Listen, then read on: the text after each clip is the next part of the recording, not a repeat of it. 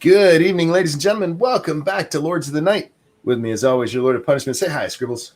Hi, Scribbles. Your Lord of Penny. Say hi, Satsu. Hi, Satsu. I'm your Lord of Pain, and we're here to entertain you-ish for the next 2 hours, because that's what our job-ish is. Like, why ish? I don't want to make promises I can't keep. Or do we have an ish, Monkey? Don't have an ish. What are you, a Valley girl now? No, I was trying to interpret what you were saying. Ish. Yeah, okay. You're an English major. You should know what ish means. Oh, really? Tell me about Succession. Look here, English major. English boy.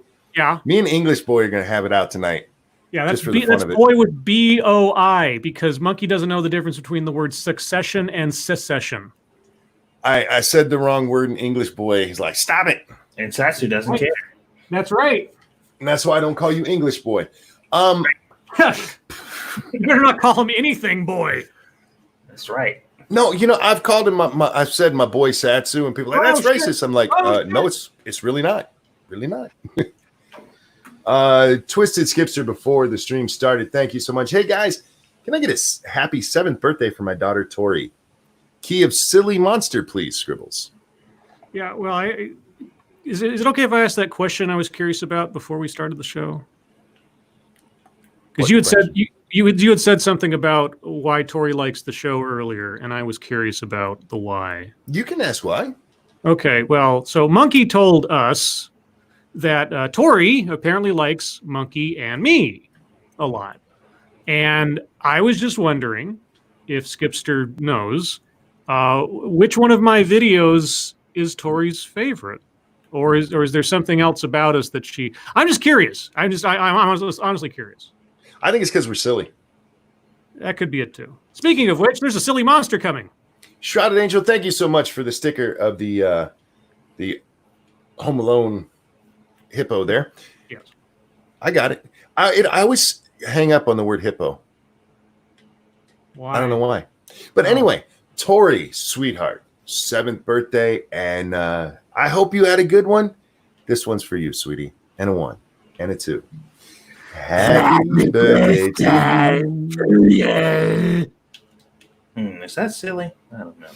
Happy birthday to you. We're getting scary now. Happy birthday, dear Tori. Happy birthday to you. Happy birthday, Tori. I hope you had a great one. And sorry, Satsu, I stepped on you there because I got distracted. You know what? I wasn't going to say nothing. But I did, and I apologize. And I got distracted because I just realized Tori and my son share a birthday. It's my youngest son's 23rd birthday today. Oh, should we sing to him?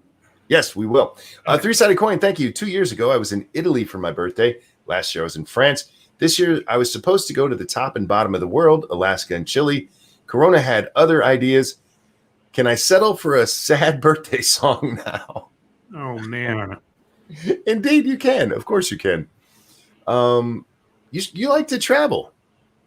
That's or is this work travel that you're doing mostly? Because weren't you in France for work, if I remember correctly? Yeah, my youngest is 23, which means I'm old as fuck. Mm-hmm. Yeah, just throwing that out there. Yeah. Monkey Dick, Jim Jones, movies, video games. Hit that like button, guys, and please share our stuff because we're wonderful. At least we keep telling ourselves that. But who else is going to tell me? Nobody else does. That's right. I won't. English boy's not going to do it. That's right. And if he tries, I'm going to make jokes about my ass. Actually, probably if I tried, you wouldn't understand what I'm saying because I'm using words that aren't in your vocabulary. Oh, stop it, English boy. 3-sided coin. This one's for you. And a 1 and a 2. Happy birthday to you. I'm too sad to participate. Happy birthday to you. Life sucks, and so do you. Happy birthday, dear dear coin. three-sided coin. That's impossible. Coins can't have three sides. Happy birthday. Sad birthday to you. Happy birthday, three-sided. I hope you had a great one. By the way, you just made her day. She's over the moon. Oh, Bates? He meant moon, but I like over the moon. moo moo. Moon. I'm glad. And tell her to stop listening now because it's time for us to start saying really bad words. Yeah, because we weren't saying any bad words prior to this, obviously. Most of the time we didn't. Yeah. And we'll do the first story, and then, yes, we will sing to my son. So what do we got for stories? Oh, my gosh. Well, if you guys hadn't paid attention, there is a new, what do you want to call it, like colony in America today or the last couple of days? It's a new country. A new country. I don't even know what the official name is. It was something. Stupistan. It was some native land thing. But anyway, what's it called? The Capitol Hill Autonomous Zone. This, I guess, 6-block area spot in Seattle has been cordoned off by protesters, and the police are leaving them alone. I guess it's radiating out from a police precinct that they've essentially just taken over or overrun or whatever. And there's a live feed. I don't know if it's still up, but I tweeted out the link earlier. Live feed on Facebook of all of the speeches and posturing and presentations and claims and everything else by people there. And it's the best part is that it has a voice to text transcribing thing going live, and the misinterpretations of what they're saying versus what ends up on the screen is some of the easiest and cheapest comedy you'll find. But that's not the story I have, because a whole bunch of stuff's been happening in Seattle that is sort of like all of the most extreme expressions of what we're seeing are like happening in this one town right now. So both you have a cordoned off area that's been claimed as sovereign territory or something. The city hall was just overrun with people last night. Now there was stories that they broke in or something. They didn't break in. They were let in by the mayor after hours, and they just filled the place up, taking it over effectively for that time. But now this happens, which I just find amazing. Well, maybe not, given the circumstances. Seattle Public Schools to cut ties with the Seattle Police Department for 1 year. Well, we've seen this with a lot of stuff, actually. I know. It's just, like I said, it's all happening at once in one relatively small area. It's like we've seen this all over the place, but I'm like, in combination with everything else, it just strikes me as like, I don't know. Maybe it's just sort of the combination of things. It just overwhelms my brain. Like, you don't want us to protect your kids for a year. Cool. Right. Yeah. The Seattle Public Schools Board said Wednesday the district will temporarily cut ties with the Seattle Police Department for 1 year as protests have continued in Seattle and across the country against police brutality. SPS Superintendent Denise Juneau said, due to current national events, a resolution will be voted on, quote, to reevaluate our relationship with SPD, unquote, and put into place a district-wide 1-year suspension of school emphasis officers and school resource officers. My question is, have you had any issues with these officers? That was going to be my thing. It's like, was there something behind this? Was this the straw that broke the back, so to speak? But there was some like long-term problem going on. Quote, we must ensure that SPD's values and actions are in alignment with our strategic plan. Seattle strategic plan. Yeah, okay. So this is all one statement. We must ensure that SPD's values and actions, because I mean, I don't know what's going on in Seattle. I mean, maybe they have a Minneapolis situation. I don't know. Are in alignment with our strategic plan, comma, Seattle excellence, comma, is because it's excellent to be in Seattle when there's no cops around, as well as our values as an organization, Juneau said in an announcement to staff. SPD will not be present on our campuses except in emergencies. Real quick. Professor Chaos. So when there's an active shooter, they get sued? How timely. Okay. Hang on one second, gentlemen. Undoomed welcome to the show, my friend. How are you? Hey, how you doing? I'm doing good. Just wonderful, just wonderful. We were just reading the Seattle school. What is this? The school board, Scribe? The Public Schools Board, yes. They announced that they're breaking ties with the Seattle police, except in emergencies. Yeah. Oh, that's everyone loves a cop in an emergency, right? Yeah. We won't call them unless we need them. Yeah. Yeah. Like, we don't want to have anything to do with you. Please protect me. So that's basically normal operation then. Well, except for the difference here is that there are embedded like resource officers and police officers that sort of like are assigned to different schools and things. Right. So they're kicking those guys out, and so there'll be no police anywhere near their campuses unless there's an emergency. Well, you don't want them there too soon. I guess. You want the school shooter to have a little bit of time to get off a few shots. Yeah, you got to think of the sportsmanship. Other school districts across the country have also been discussing their relationships with police and plans to remove officers from their schools. Juneau said she wants to make sure to create spaces where students can live their, quote, fullest truths and feel safe bringing their whole selves to school each day. The fuck does that even mean? Well, I'm glad you asked, Undoom. I've done a deep study on the whole phrases of whole selves and fullest truths. Many businesses use these phrases, and what it effectively means is that when you bring your full whole self to work or to school, it means that there is no separation between your personal life and your professional life. Professional distance is not a thing. School is now your family. Work is now your family. Your whole self comes to work because there is no dividing line. And that makes everybody better and happier. When I was in school, my whole self didn't believe in homework.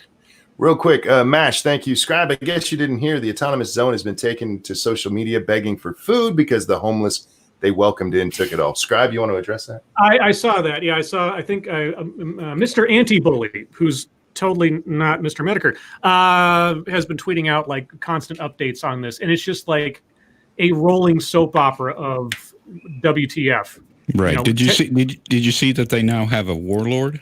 I saw that. Yeah, somebody's roaming around saying they're the lord of the entire zone or something. I'm just waiting for this to turn into Lord of the Flies meets Mad Max in about 3 hours. Yeah.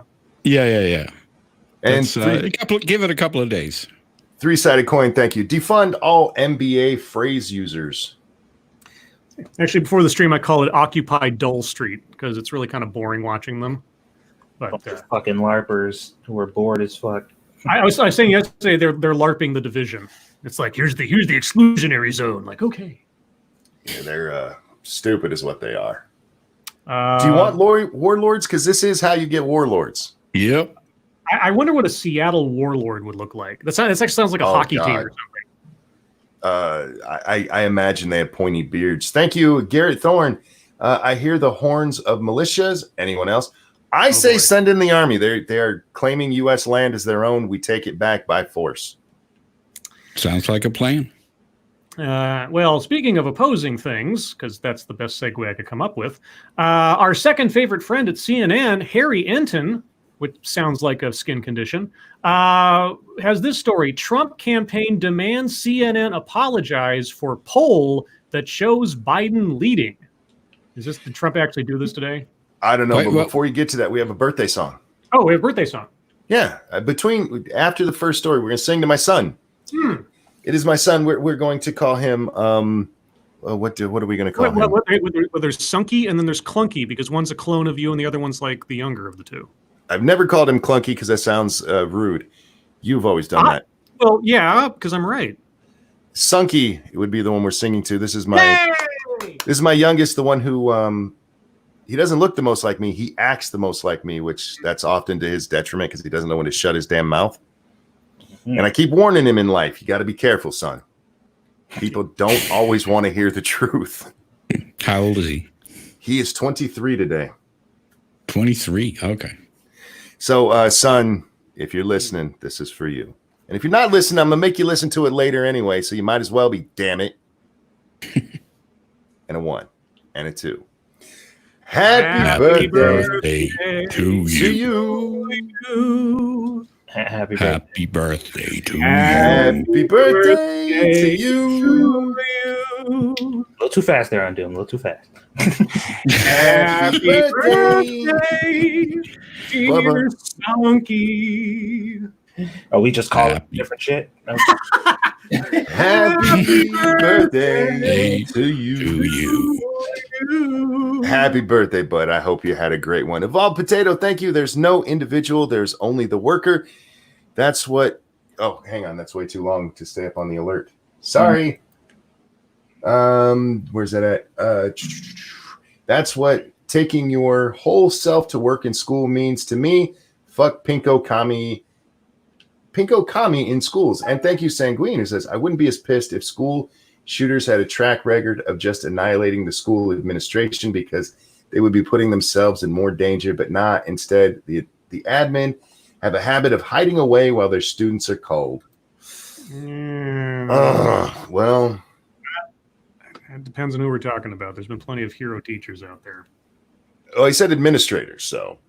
Yeah, I like how we all just we all like rehearsed for the song and just handed him a Undoomed. Yeah, just join in whenever you feel like it, buddy. He did fine. That song is not meant to be sung well on this show, damn it. Well, speak for yourself. Yeah, singing is not really my forte, but I do what I can. That's how it should be here. You'd be a better Barry White-ish kind of guy, wouldn't you? Sorry? Better as a Barry White sort of singer. Yeah. I guess I have to have a beat. Okay. Oh, we don't do that here. No. No, not me anyway. So let's see. President Donald Trump's campaign, his campaign, is demanding CNN retract and apologize for a recent poll that showed him well behind presumptive Democratic presidential nominee Joe Biden.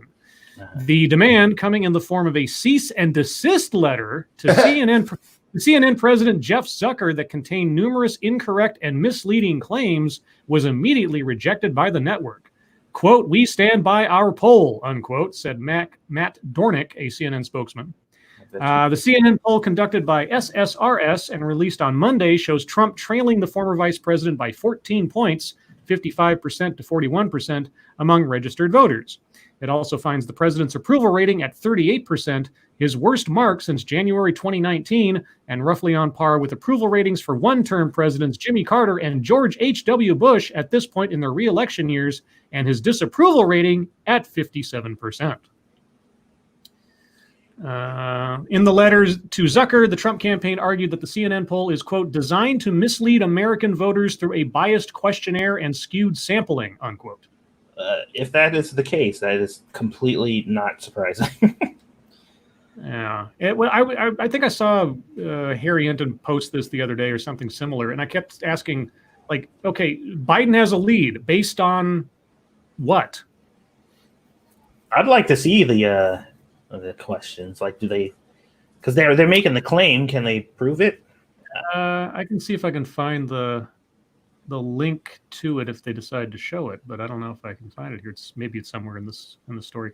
Anyway, I was saying, like, given the fact that Biden hasn't really done anything except sit in his basement and do a few sort of token public appearances and canned interviews, if he has a lead, it's mostly built on people not liking Trump, not liking him for anything? Probably, but I'm still curious to see what was presented as far as the questions go. Well, I have the poll right here. Okay, there you go. Yeah, let's do that because I'm curious. The first question is, do you approve or disapprove of the way Donald Trump is handling his job as president? That's pretty straightforward. Okay. Which is 44 to 53 with 3% having no opinion. Do you approve or disapprove of the way Donald Trump is handling insert items random order, but then they don't tell me what those items are? Okay. How enthusiastic would you say you are about voting for the president in this year's election? Let's see. Extremely enthusiastic, 25%. Very enthusiastic, 27%. Somewhat enthusiastic, 24%. What? I'm trying to do math in my head, and I'm starting to run out of numbers for That's 100. 76% right there. Okay. 13% not too enthusiastic. No enthusiasm at all is 11, and then no opinion is an asterisk. How enthusiastic would you say you are about voting for the president in this year's election? Continued. Oh. Okay. How important are each of the following issues? And the issues are the economy, healthcare, coronavirus, and race relations. Well, the economy is never important to no. Yeah, these I are. just don't why is this important anyhow? I mean, the polls showed that he was going to lose the last time as well. Why do they care? The idea that putting this out there taints the voting pool. Yeah. Also, It didn't last time. If you keep saying it, it might come true. That's how. Yeah, well, they tried that. They tried that. Yeah, but they don't learn. Well, they see the thing is that they said it over and over again, but they did not click their heels together 3 times. They And they have to have special shoes. Did you know that the actual shoes aren't supposed to be ruby slippers? They were silver slippers. No. Yeah, because in the book it's silver slippers, but silver didn't play as well on color film, so they put them ruby. Yeah. Let me go on record and on that and say I don't care. I was going to say, why do you know that? Yeah. Him and Squishy are I know stupid trivia. I know ridiculous trivia about ridiculous things. What can I tell you? Anyway, okay, fine. Never mind. We'll move on to the next story. Hell with you guys. Except you're my co-host, so I got to keep going. Let's see. What else do I have? Speaking of movies, that was not intentional. This is the laziest article I saw today. These films don't help the racism conversation. No. Oh, God damn it. You know what the only film you need to watch to learn about racism is? Don't be a menace to South Enemy Central Mine. drinking your juice in the hood. Well, Enemy Mine. that and American History X. Oh, there you go. Yeah, that's a good one. That's Yep. a good one. You want to hear them just for the sake of, I'm not going to go through the whole article. But, Sure.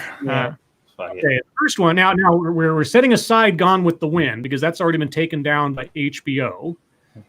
Taking down the first film in which an African American won an Oscar. That is how we celebrate. Sorry, racism.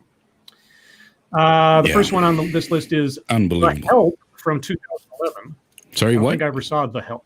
Called The Help from 2011. There's a show called The Help. It's about. Never heard of it. Yeah, it might be based on. There was a book called The Help, and then they made a movie about it, and it's about black maids or something in like the 50s or something. Mm-hmm.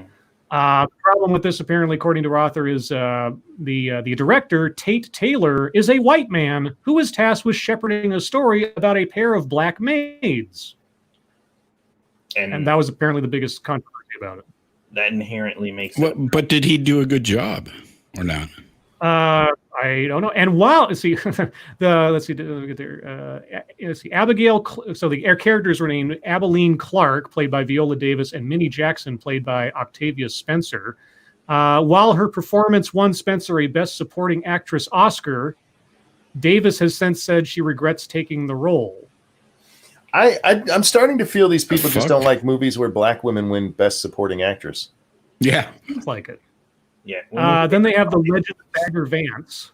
Oh, sorry, I didn't mean to step on you. Who was that? That was Satsu. No, go ahead. What was the next movie? The Legend of Bagger Vance. What's wrong with that movie? Let's see. Has been slammed for repeatedly for furthering the magical Negro trope. What? That terminology was made popular in the early aughts by black director Spike Lee and refers to Hollywood's use of a black character who serves to make the lives of white characters better. Cryptic, thank you. My orchestra buddy wanted to bring his fiddle to a protest. I told him not to. In a peaceful protest, there's no need for violence. Stop it. Go sit in the corner. Thank you for the donation. I mean, he plays the caddy, and he does have some magic to him. Well, yeah, it's the legend thing. But yeah, no, I've heard the name of that trope before. It's not a new idea in my head, so I'd heard that before. All right. I don't know how you can find examples of all types of things. And then Green Book is on this list, which is also kind of odd to me. Set in 1962. I always screwed up this guy's name. Mahershala Ali, I think it's Mahershala, plays a musician, Dr. Donald Shirley, opposite Viggo Mortensen as his driver and bodyguard in a dramatization of the pair's real-life friendship. Members of Shirley's family complained that the film was a symphony of lies in terms of his portrayal as estranged from his family. It's based on... Wait. It's inspired by a true friendship. It's not even based on. They use inspired when they take more liberties. But the complaint isn't that it had anything to do with race. It's his family's upset that they're portrayed as being shitty to him. Oh, well, there was also criticism that the movie's plot helped further the white savior cinematic trope, something the film's director and co-writer Peter Farrelly told Vanity Fair. So if you have a magical Negro or a white savior, it's both bad. So wait. Every movie where a white person helps a black person or a black person helps a white person, all of those movies are bad. I'm telling you, these people want ethno-states. Mm-hmm. Wait, the co-writer said that it was a white savior thing? Then why did you write it? Let's see. And real quick, Ginger Snap, thank you. How about The Shining? It didn't make the list. I think the director was talking about the criticism it received. He was not confirming that was the point. Oh, from what I'm reading. Yeah, he was being interviewed about it, and this is what he said about that criticism. These guys help each other. Tony Lip gets Don Shirley out of some earthly problems, but Don Shirley saves Tony Lip's soul. So he was arguing against the criticism of white savior. Okay. The way that came off was like he was the one that said it. I got you. Yeah, I can see that. And lastly, can you think of the easiest, aside from Gone with the Wind, the easiest film to put on a list like this?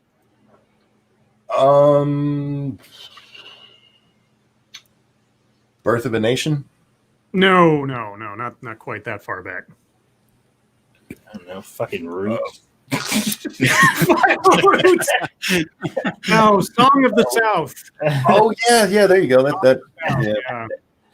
Which most people probably, most of the movie has nothing to do with anything, but the stereotype of Uncle Remus is enough to set people off. Which there can be arguments made for that and otherwise, but sure.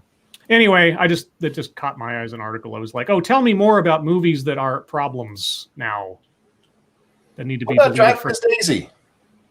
Oh yeah, there you go. Well, which one does that fall under? Is that a white savior or is that a magical Negro? It's magical white saving Negro.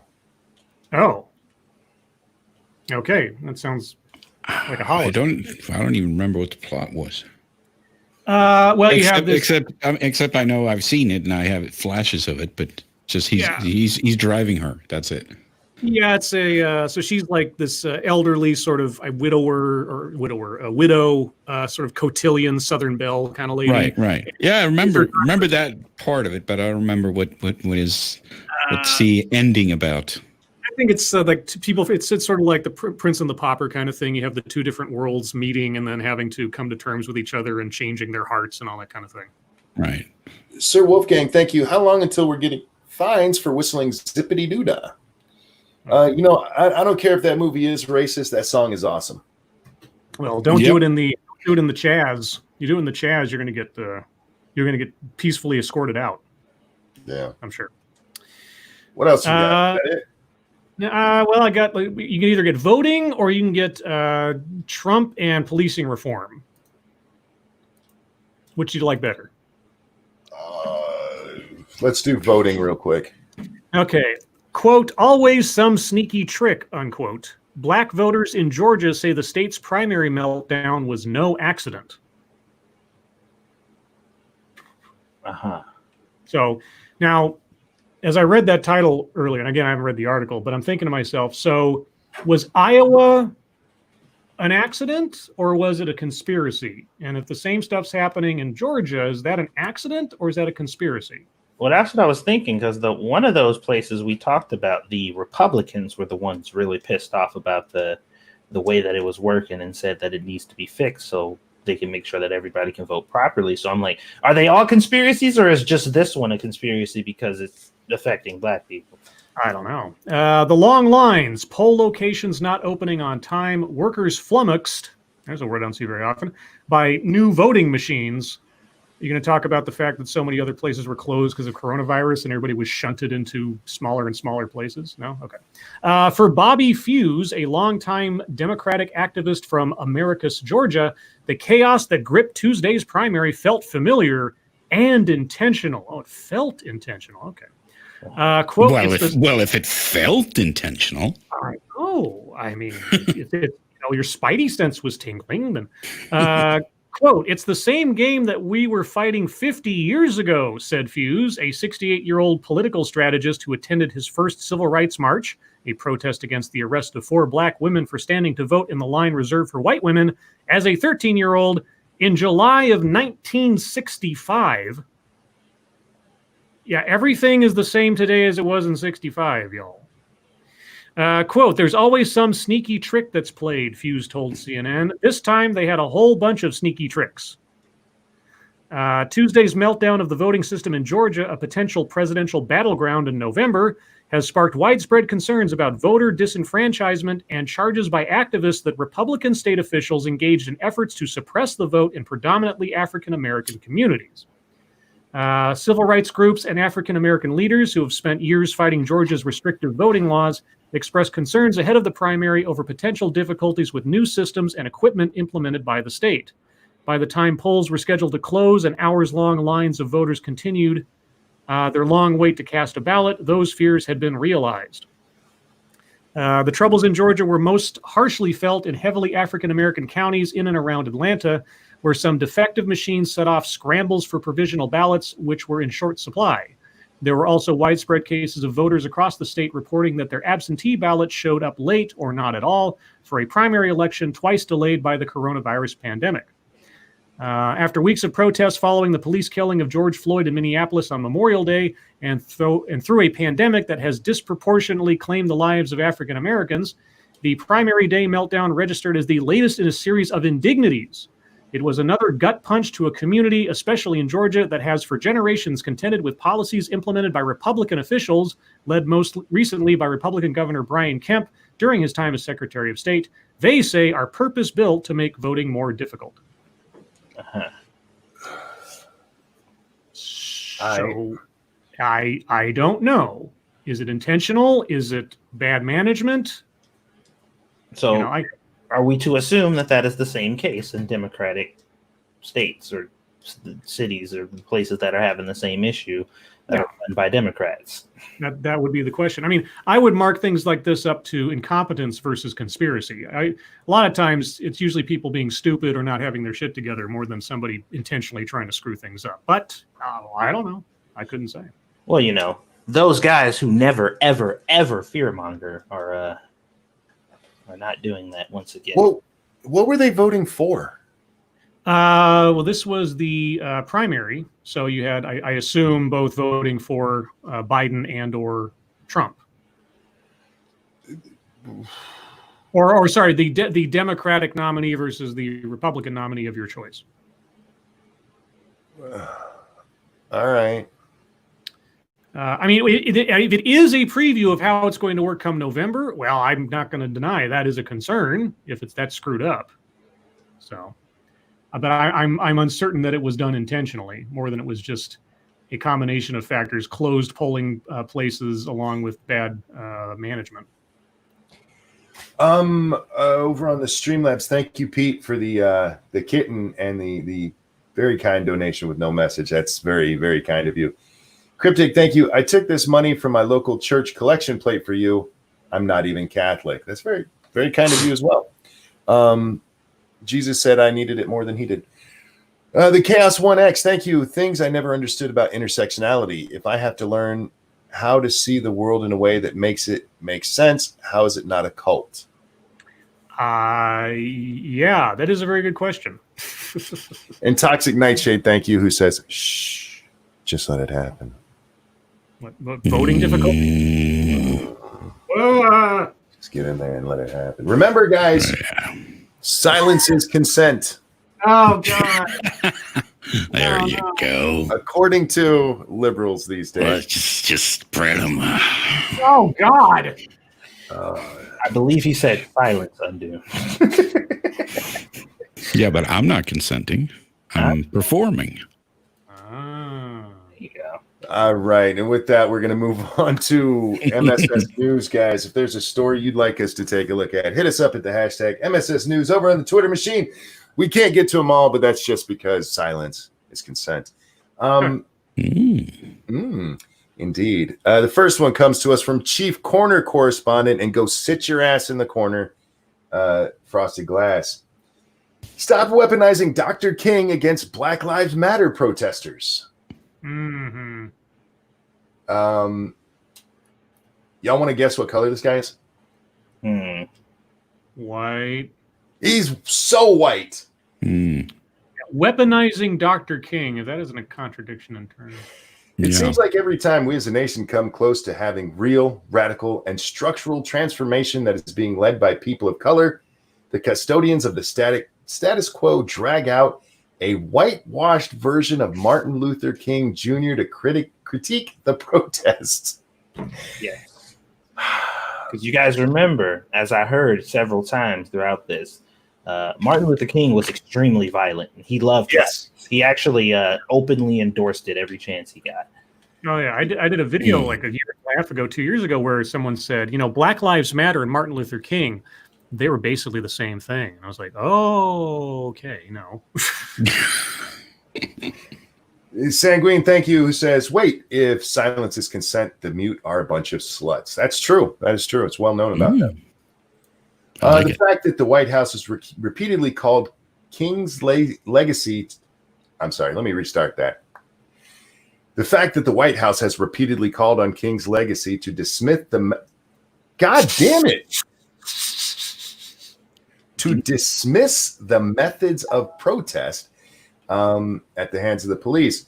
Last week, White House Press Secretary Kayleigh McEnany, how do you say her name? McEnany.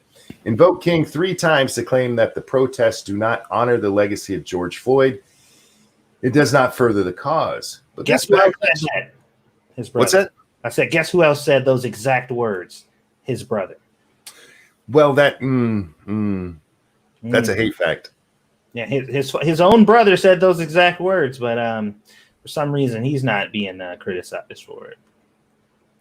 But this backlash goes beyond calls for moderation. It's weaponizing King against liberation movements that center the suffering of Black people. I come from the spiritual traditions that bring the love of God to the liberation of humanity. In recent years, I've had the honor of being asked to preach at King's Ebenezer Church in Atlanta and speak at events commemorating his assassination. And in my keynote speech last year, memorializing King's legacy, I addressed a question that is especially significant in light of the recent protest. What would King have to say to today's America? He would puke if he saw what you guys have done. He would absolutely vomit. Not about, okay, it's about the method you use to try to achieve your goal. I mean, you can have the same goal, like we want equality, and then you can either go Malcolm or you can go MLK. And MLK is venerated because he did it without being violent. He changed, I did on the whole video I did on this, he changed the course of history without hurting anybody. And that is what made him a hero and still does. Now, the man himself is imperfect, obviously, and I don't idolize him or venerate him in any particular way, but his method, his principles, and everything else is what people point to as the ideal. And that's what the problem is. But they always quote King to try to I don't know, underscore how pure they are by quoting Martin Luther King, but not actually following in his footsteps. It's infuriating. Wow, this motherfucker. Real quick, James Colley, does that mean I can eat vegetables again? What? Oh no. Oh, James, that is horrible. Yeah, that's. I don't get it. Silence is consent, vegetables, but not the kind that grow out of the ground. Yeah. That's fucked. Ew, grody. I have to read this because he's talking about King's very first speech. This is Kyle. Thank you. That scene from the Boondocks is pretty spot on. Oh yeah. I've never seen it, but I'm sure Satsu knows what you're talking about. You need to go watch it just for reference, because if you want to know, that's about pretty close. He wasn't very happy. He's talking about this is King's first speech right after the Rosa Parks thing. That's and we are not wrong. We are not wrong in what we're doing. If we are wrong, then the Supreme Court of this nation is wrong. If we're wrong, the Constitution of the United States is wrong. If we are wrong, God Almighty is wrong. If we're wrong, Jesus of Nazareth was merely a utopian dreamer and never came down to earth. If we are wrong, justice is a lie.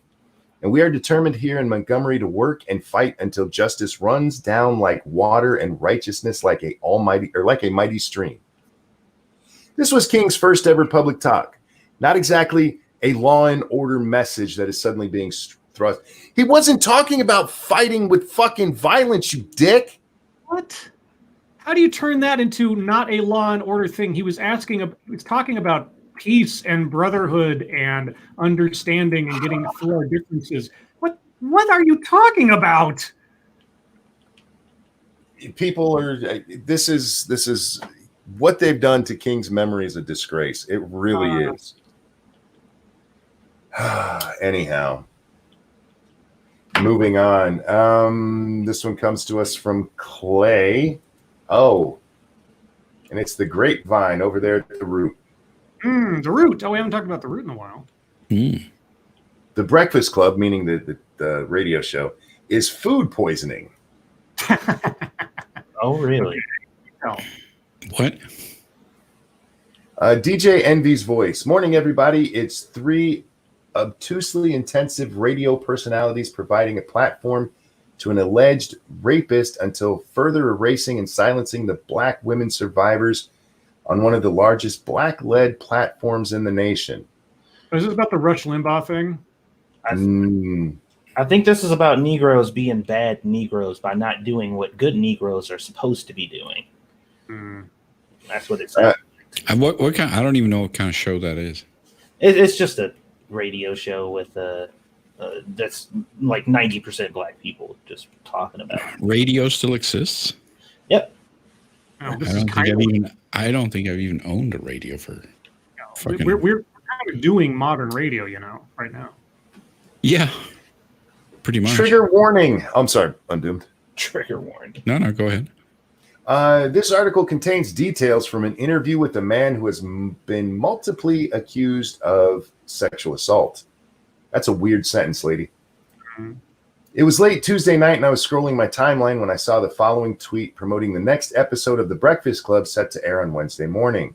And there's a tweet there. Show co-host Charlemagne the God, DJ Envy, and Angela Yee sat with Russell Simmons to discuss his new life in Bali, veganism, police reform, and the late Andre Harrell. But of course, we all know why he was there, to discuss the sexual assault allegations against him in HBO Max documentary On the Record, which follows survivors Drew Dixon, Syl Leigh Abrams, and Sherry Sher. What followed was a triggering hour of gaslighting, evasion, belittling, martyrdom, faux allyship, and more. Wow. Charlemagne was... I thought this was going to be a Biden article. Charlemagne has readily admitted that his recent controversial interview with Rush Limbaugh was a waste of time in an interview with Stephen Colbert. So to then further waste everyone else's time going from Rush to another Uncle Rush... Wow. Okay. All right. With a heaping side of triggers was alarming, to say the very least. Okay, so she's mad that they interviewed Russell Simmons because he's been accused of rape. Yes. All right. The end. Gamer Valine, thank you. Evening, gentlemen. I'm at work because I didn't want taking paid off. Okay. Because I didn't want taking paid off to be misconstrued as participating in the STEM walkout. There we go. How is everyone? I'm well, thank you. Gentlemen, you guys good? Oh yeah. There you go. Doing good. Oh God, is this the same one we read the other day? I think it is. I think it's the same basic story. Doctors remove mobile phone charger from man's bladder. Yes, that's it. Yeah, this one keeps getting spammed at us. We've seen it, and it's disgusting. And people in Asia, stop shoving those things down your urethra. On Doom, there's a X-ray that shows a whole mobile charger cord in this dude. Yeah, and it's not the first sort of story like that we read on the show. What kind of plug did it have? Was it like a USB? I think you can't tell in the picture. It looks like he cut the ends off. I didn't see any ends on it. Okay. Why would he do that? Apparently, there's some sexual gratification from it. I guess that guy never got to take the STD test, huh? I want to know how you let it get so far down that you lose it and it goes in you. I'm disturbed. I'm triggered. Yeah. At some point, shouldn't you be like, all right, I got to pull it back out? Actually, pulling it back out probably hurts like fuck. What about if you got to pee? Well, you're fucked. That's when you go to the doctor and go, yeah, I don't know what's wrong. Which is, by the way, what he said to the doctors. Well, that's the best part. Yeah, I have no idea how that ended up there. Must have crawled in. Yeah. There's not really much to this story. It comes to us from, who did I get this from? The original Shroom, other than somebody took a sledgehammer to a 200-year-old, it's not really a statue, it's a monument to Christopher Columbus. They just broke the fuck out of it. Yay, history's changed forever. Yeah, I saw they beheaded one of them. Well, they beheaded a couple of statues recently. They've knocked over a few, and now they're having an argument about changing the name of different military installations, like Fort Bragg, which is named after a Southern general. Right. Didn't we do this a year or two ago? Sure, everything. Yeah, this thing comes around every year, I guess. We're gonna run out of shit for them to break soon. Don't worry. Eventually, they'll break enough things to where racism will just stop. It'll be that's how it works. There you go. Oh, good Lord. What? This one comes to us from Shrouded Angel. My daughter, 5, is traumatized after I told her I didn't want kids, including her. Surprise. That's a good way to do it. That's a little tactless, isn't it? A mom was slammed by parents online after telling her 5-year-old daughter that she never wanted children, including her. Yeah. The woman, 24, has 4 kids. Oh, my God. Well, Somebody that's should tell her how to prevent that. Stupid on so many levels. Thank you, Officer Buck. Hey, White Sue, porthole practitioner, daddy hole dandy. Nani? Is that? I don't know what that means. Yeah. No, thank you. Anyway, she has 4 kids ranging between the ages of 1 and 5, all of which were planned as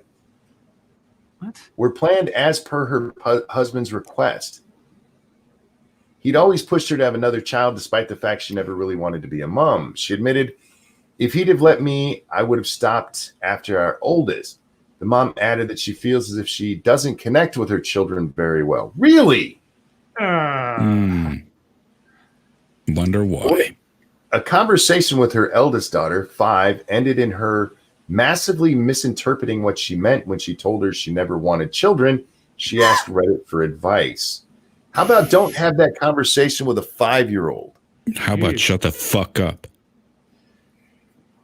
Nico, thank you. The show Live PD has been canceled. Yeah, we heard it was about to be. No. How stupid. I love that show. It's great. In the morning, she must have told her father what had happened. This is a quote from the mom. Must have told her father what had happened when he was making her breakfast, as I woke up to my husband absolutely furious with me for traumatizing our daughter and damaging her self-esteem. Nope. Well, good for him, at least. Well, I told him she'd be fine, but he kept shouting at me, telling me I was an awful mother.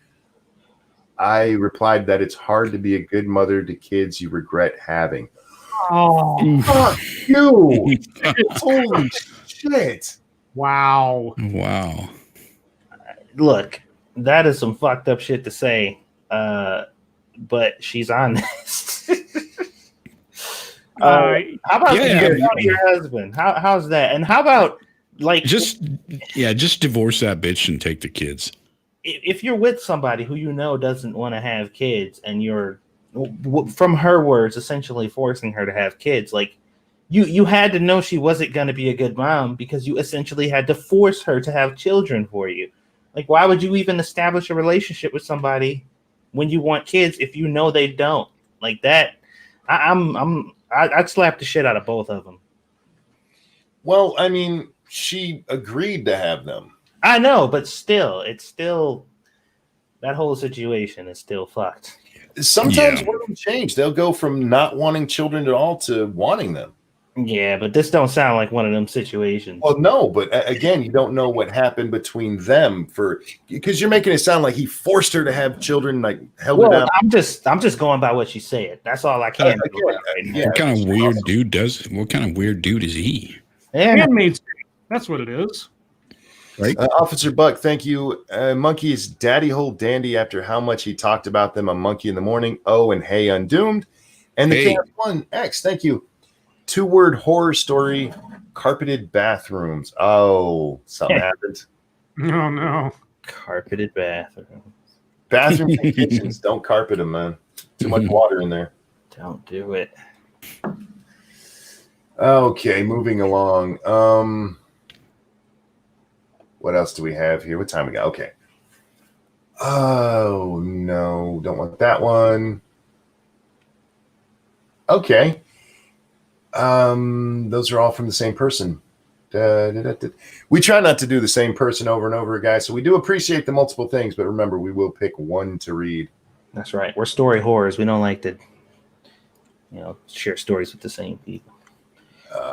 Is that how it works? Yeah. Trying to spread the love. That's right. And they're also racial these days.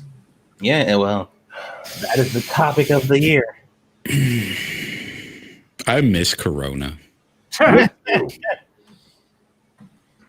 Okay. I'm trying to find one that's not about that. Okay, this one's not about that. This one comes from Original Shroom. Load up, god damn it. NWLC files lawsuit against Betsy DeVos, Trump administration's sexual harassment rules. Today, the National Women's Law Center, along with co-counsel Morrison and Forrester and Diane Rosenfield of Harvard Law School in her individual capacity, filed a lawsuit against Betsy DeVos and the Trump administration Department of Education, challenging new Title IX rules. The rules released last month are a major blow to K through 12 and college students seeking to learn in safe environments.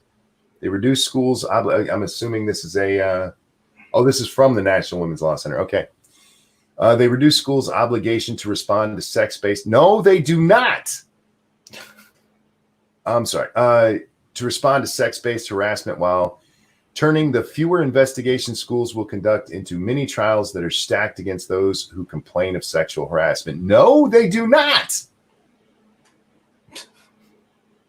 The lawsuit was filed on behalf of 4 organizations that represent student survivors of sexual harassment and assault, the ERA, the Victims' Right Law Center, Legal Voices, and Chicago Alliance Against Sexual Exploitation. It claims the rules are illegal because they violate the Administrative Procedures Act and U.S. Constitution's Equal Protection Clause. The Obama-era rules violate due process. They absolutely did. And these new rules, did you see the new rules, Undoomed? No, I haven't read them, but I've just seen the headlines, basically. Read some article on it. So secondhand information, I guess. They allow the accuser the chance to respond. Right. Well, that's due process. You mean the accuser or the accused? I'm sorry, the accused. Okay, you use words, Monkey. Shut up. That's what I interpreted it as that. Exactly. Anyway. People understand. I strive for accuracy. What can I tell you? Anyway, laudable. It says that they violate the Administrative Procedures Act and Equal Protection Clause by prohibiting schools from addressing any sexual harassment before it becomes so severe that it affects a victim's ability to succeed in school. What? Prohibiting schools from investigating sexual harassment occurring outside a school program or activity, even when it was created a hostile educational environment, or when the complainant transferred, graduated, or left school because of the harassment. Why is this not just a police issue? Those should be police issues. Yeah. Establishing an inappropriate and unfair process that harms survivors, most often women and girls, and that applies only in sexual harassment investigations and not other investigations of student or faculty misconduct. I just love how they add that mostly women and girls as that's an argument. So if it was mostly boys, would it be okay then? Is that what you're saying? Oh, why would you say that? If it hurt males more, then it would be okay. They wouldn't have a problem. Which is why they like the way it was before. You don't get a chance to defend yourself, so that works in women's favor. Yeah. But if you have to actually defend yourself and women have to prove their claim, then no, that's bad. We shouldn't have to prove anything. Well, there is that, but I also think that they use that as an argument in and of itself. Yes. If it hurts girls, then holy shit, we got to do something. If it only hurts boys, who cares? Yeah. Thank you, Gamer Valine. Great, an inclusion survey, totally confidential, asking my orientation, gender, race. Am I included? My 2 articles are tied together. Also, mention AMD will finally try to make chips in the U.S. And Corey, thank you. They shouldn't take it to the school. They should take it to the police. They absolutely should. Mm-hmm. Yeah, exactly. To what Gamer Valine said, when I worked at Walmart, we used to have to take our yearly surveys on how the company was doing and everything. Mm-hmm. Completely confidential. But you had to fill out your race, your sex, and whether or not, or what part you were in, whether you were just an hourly employee, whether you were an hourly supervisor, or whether you were management. Well, as the only white male member of paid or hourly management, I was pretty easy to find out. Yeah. All the other ones were female. So you might as well have just wrote Frank on there. Okay, over on the Streamlabs, thank you so much, Sanguine. That is one hell of a way for her to try to spin a ban on witch hunts and a support of due process. How will she ever get a kid kicked out and branded a sexual predator if she can't press them by pilling large rocks at their chest? Pilling large rocks at their chest. We've been talking about this since I got on YouTube, about the way that men have been treated in the college system. It's not fair to them at all. Oftentimes, I mean, we've actually seen you need to go after him because she agreed to have sex and the next day she was sad about it. Yeah. So retroactive disconsent. Yeah. I revoked my consent from last night. Were you drunk? No. Were you coerced? No. I just feel bad about it now. Yeah. Oh, well, we should throw him out on his ass then. I saw Makes sense. Article. Well, it wasn't an article, but it was a comment to an article about consent. And this chick said, women should be able to revoke consent if the dick wasn't good enough. Wow. I was just like, bruh. I suppose. Guys, that's going to wrap up MSS News. Like I said, I can't get to them all. And, it's time for YouTube time. Satsu, what you been doing on YouTube lately? Didn't get a lot done today. I wanted to record some more footage for my video that I'm working on for my VR headset, but I just got caught up in a whole bunch of other stuff today. Teaching my daughter how to eat with her own hands because she's still when you give her food, she'll still open her mouth and lean her head toward it. I'm like, no, back up, hold up. No, you grab this and eat it yourself. And she's getting used to it now, which is great, but it's also terrifying because I'm like, before she refused to put anything in her mouth. She's like, no, I'm just not it's not my thing. I don't do that. And now I'm just like, God, she's gonna try to eat everything now. Although, like, I haven't really taught her the difference, or she hasn't really like noticed what the difference is between things that you should eat and shouldn't. But she still seems to be able to know the difference, because when she plays with her toys and stuff, she doesn't put them in her mouth. But if she has some food, she eats it. So I'm like, all right, well, hopefully it stays that way. And that's kind of just been my day. I've been watching this new show, this new anime or whatever on Netflix, and just kind of chilling out. So not a lot to report on the YouTube front, but I will be getting that video out for the VR headset as soon as I can. Scribbles, what you worked on? Well, I did another TED Excellence today, wherein a self-proclaimed former class clown was telling us about why it's good to be a bad white person.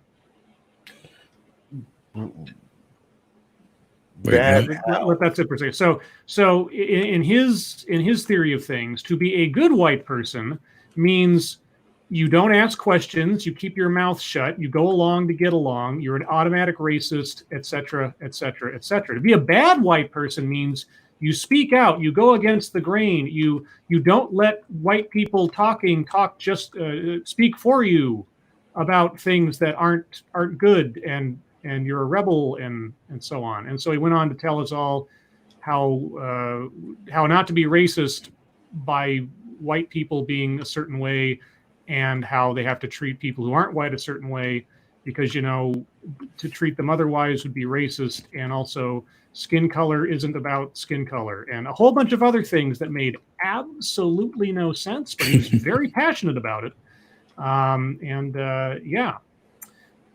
So that was TED Excellence today. And we played TEDx Bingo again. We did not get a bingo this time. We came close.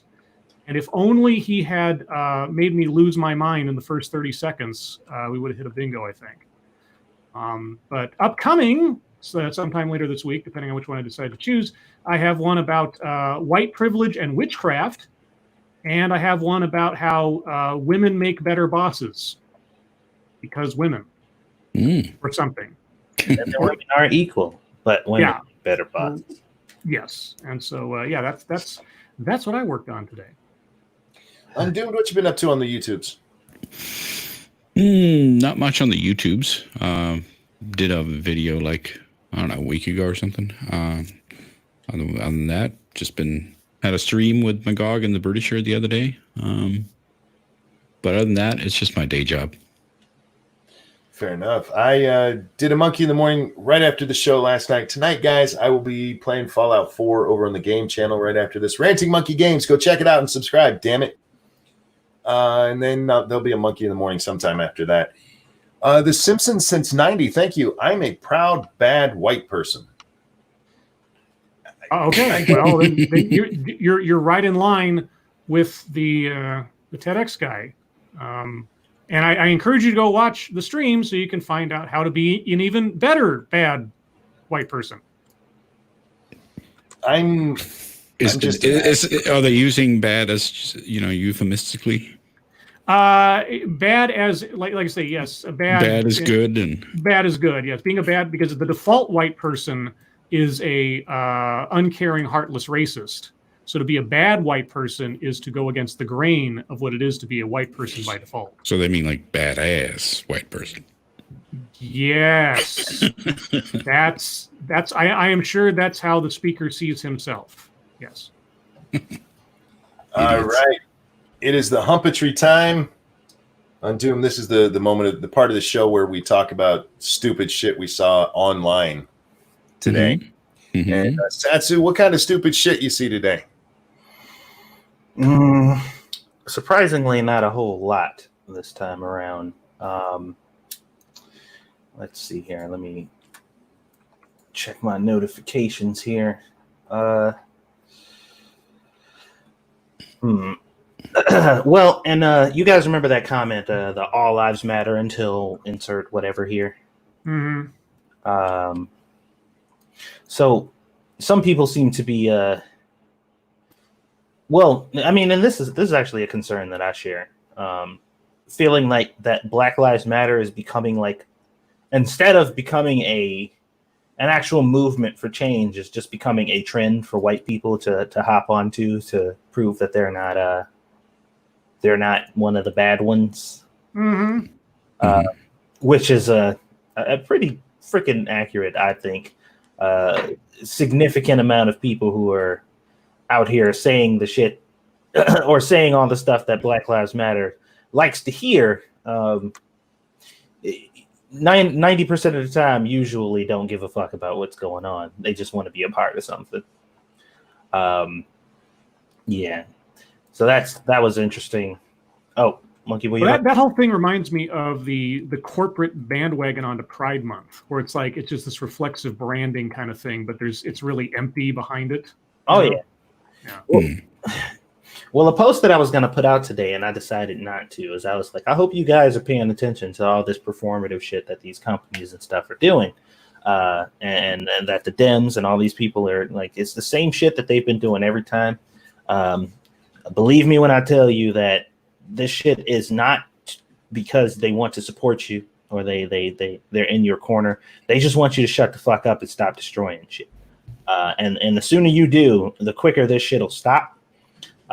So I'm just like, I hope you guys are paying attention. I hope you were doing some research on your state reps and trying to figure out who you need to get in and who you need to get out. Because if you don't end up paying attention, this shit is going to end. They're going to stop all the pandering to you once they get their positions that they want. And we're going to go right back to where the fuck we was. Like, ain't nothing going to change. So if you're serious about your revolution, then you better stick to it.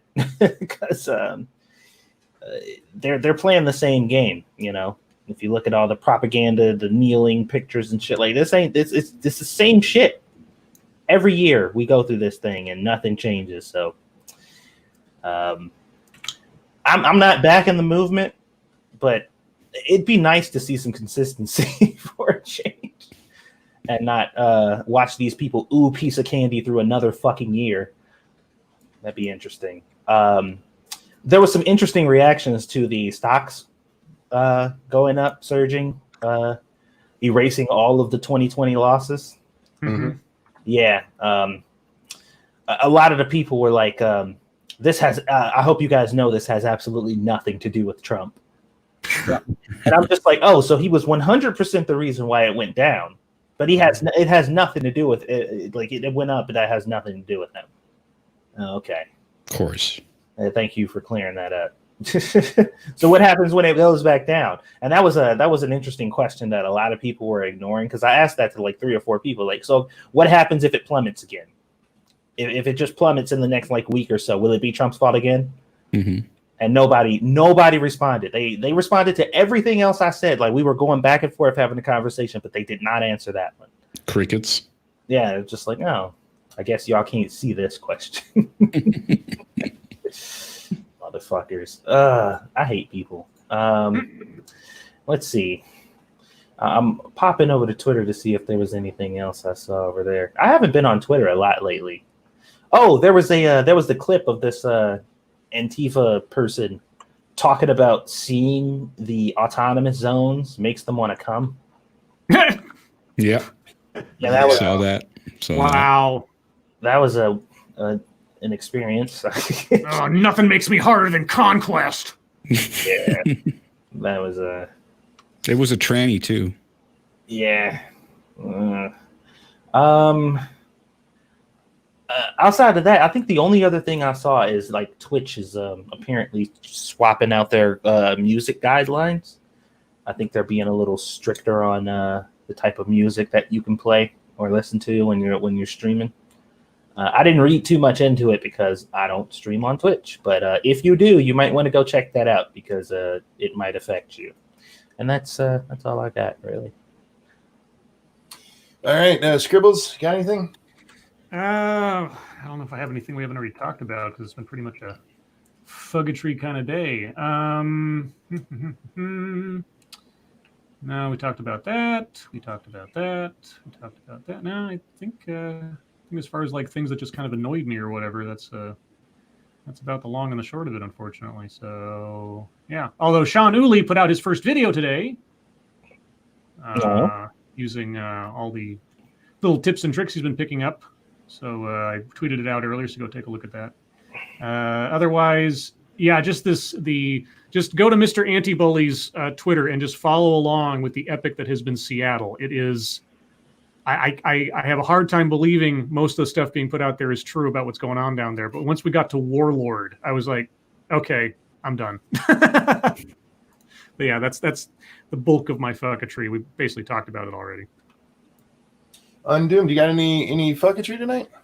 Well, I mean, speaking of Seattle, we all know that they've cordoned it off and declared it an autonomous zone and all that bullshit. But what I see on Twitter now is that the citizens have actually started calling for open borders. So now they're dismantling the roadblocks again. Really? Wow, it's interesting. Oh, nice. That's funny. I like that. That's funny. Yeah. And then there was also the article from the Independent about the fact that they now say that biological sex is white supremacy. Oh, Right. What? Biological sex is white supremacy. Yeah, Monkey, haven't you been keeping up with things in science? How? How the fuck should I know what these people think? I don't know. It's like, you know, if you believe that there is such a thing as biological sex, you are apparently automatically a white supremacist, I guess. I don't know how they make this shit work in their head. Fair enough, I guess. Let's see. What do I have tonight? J.K. Rowling with her big controversy lately. Did we talk about it on this show? How Daniel Radcliffe, the guy who played Harry Potter, came out and he's like, I don't support what she said because doctors say it's not right. Oh, yeah. I don't even know what she said. What did she say this time? I mean, she is so controversial. She was criticizing the women who menstruate. No, it was people who menstruate. And she goes, People who she menstruate. responded to it with a tweet going, didn't we used to have a word for that? And then she used various misspellings of women. Mm-hmm. Oh, Like, That was fucking priceless. It was. And she was called a TERF for that. Yeah. Oh. And Daniel Radcliffe came out and said he disagrees with her because he supports a lot of trans activist things. And all of the doctors say what she said is just wrong and it's harmful to trans people. Yeah. Okay. She came out today and she had written this really fucking long letter explaining why she holds the stance she does, which she lays out 5 different reasons for it. I did not read the entire thing. I'm not going to lie to you because she's very verbose. But I got the gist of it, and basically she's really worried about the thing going on right now with it, clusters of kids getting together and deciding they're trans, and how this affects the medical field when it comes to actually treating biological men and women. Yes. Imagine that. Yeah, somebody came out and said that bullshit that she spouted about groups being getting together and being trans has been thoroughly debunked. It absolutely has not. Yeah. She explained in her thing that didn't come from her. She was citing a woman who had written a book on this, who had said that she would be remiss if she did not include this information because it's weird the way transgenderism has blown up recently. Because you either have to believe that transgender people have kept it in for life up until recently, or that we've had something that has turned a whole bunch of people transgender. Those are the 2 choices. Right. It's just a new punk. It is. Yeah, and it absolutely has nothing at all to do with the broadening of the definition of what a transgender person is. Basically down to the point to where they're like, do you feel transgender? Kinda. Then you're trans. You like it doesn't even have to be that. It's like, do you like to dress androgynously? Then you're trans. Yep, there you go. It's that easy. We've seen it take cases with little kids. It's like, oh, she started playing with the G.I. Joe. She's probably trans. Yeah. I mean, we've seen actual cases of that. Yep. Gamer Bleen, thank you. Women as managers is not better. We are moody. Well, I haven't heard the argument yet on TEDx, so I'm withholding judgment until I hear the argument. So you'll just have to find out with me if it's a good argument or not.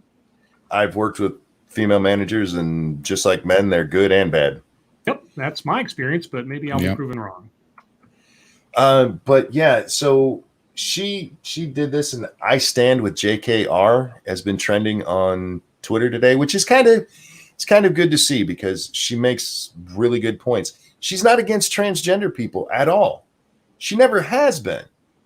No. She went out of her way to bend over backwards, yes. When they're like adding new characters and shit, and she was retroactively changing characters to be gay and all this shit.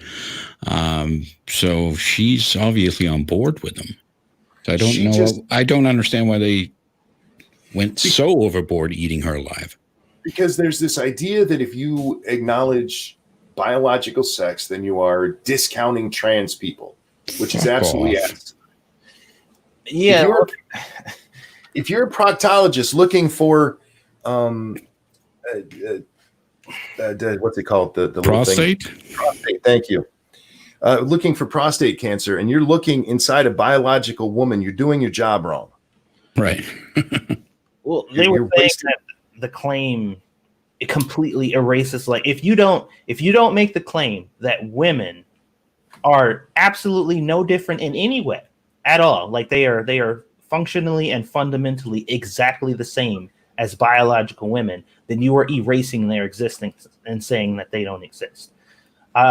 Which is ridiculous, because I'm like, then if that is the case, and I keep making this point, you are not trans. If you are fundamentally and completely exactly the same as regular biological women, then you are not trans. Trans does not exist. It can't. There's no reason for you to use that term. James Colley, thank you. Alex Jones prophesized this, the frog experiment. My favorite one that I've read about this, and it was very recently, was Buck Angel. For those of you who don't know, Buck Angel is a trans man, born a woman, and look, you would never know Buck was a woman looking at Buck unless you'd seen the naked things, which don't look at. It's disturbing. Buck said, actually, by suggesting that there's not only two sexes, that there's any kind of fluidity to it, you are downplaying my trans identity, because you are saying that as Satsu, there's no difference. Then what the hell did I transition into? Yep. Right. He said, I spent my life transitioning into a man. It wasn't easy. And you guys are saying, it's the same thing. It's nonsense. And they just went after, because turf. They love yelling the word turf. Turf. It's still got feminists in there. So yeah. Which is weird. You are not going to convince me to agree or just go along with that. Like, it's just not going to happen. Sorry. There is a biological difference. There is, or else you just don't exist. If they decided to come along and say, okay, well, we're getting rid of the whole trans title, period. If you are trans and you think you're a woman, then you're just a woman. There's no trans women. There are no trans men. There are just men and women. Then I'll be like, oh, okay. Well, if that's what you want to go for, then sure. But no, you can't have both. You can't be like, trans rights, we need special things that only apply to us. Also, we're not different at all from everybody else. Right. No, you don't get both.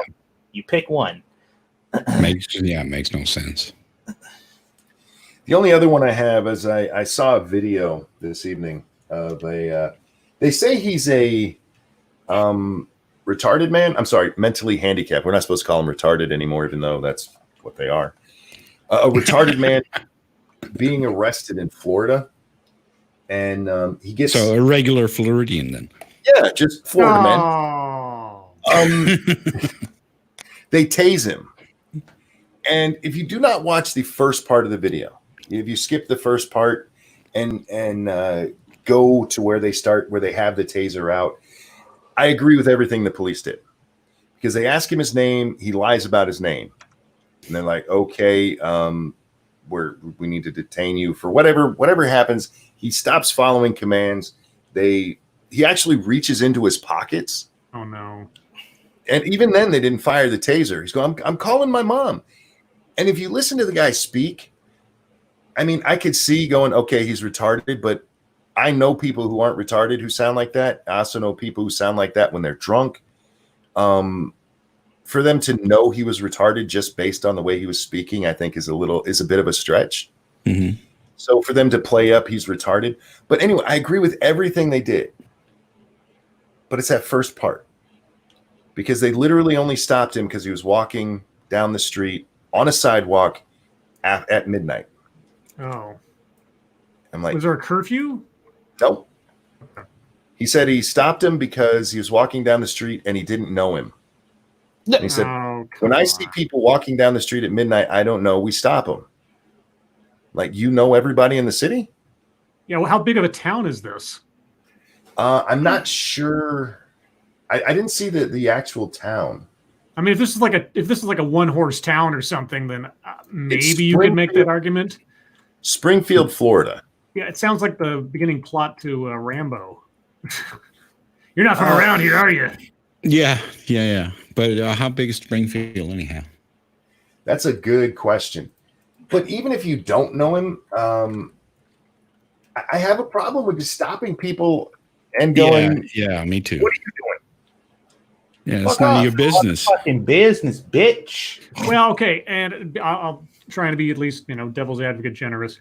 If there was other mitigating factors, like had there been reports of suspicious activity in the area recently or that kind of thing, and if it is a small town, I know I'm being very generous, but I mean, I'm trying to give the benefit of the doubt here that it wasn't completely unjustified. But if it was, then yeah, fuck those guys. 9,452 people. That's telling you the population is.